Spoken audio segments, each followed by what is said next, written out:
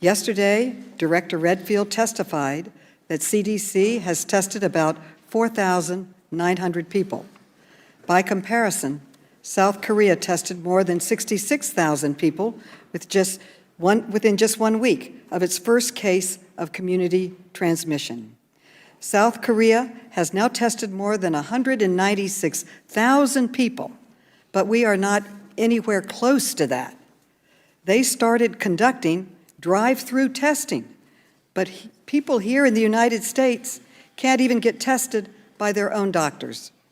This is the United States of America. We're supposed to be leading the world. Instead, we are trailing far behind.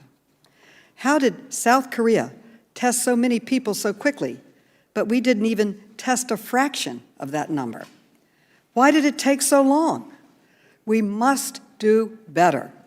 Why the United States is so far behind other countries and why the American people cannot get tested.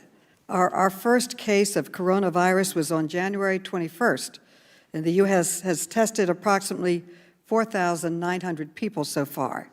In contrast, South Korea has already tested almost 200,000 people. They can test 15,000 people a day. South Korea can test more people in 1 day than we tested over the past 2 months. So, Dr. Fauci, why are we so far behind Korea in testing and reporting this crisis? Dr.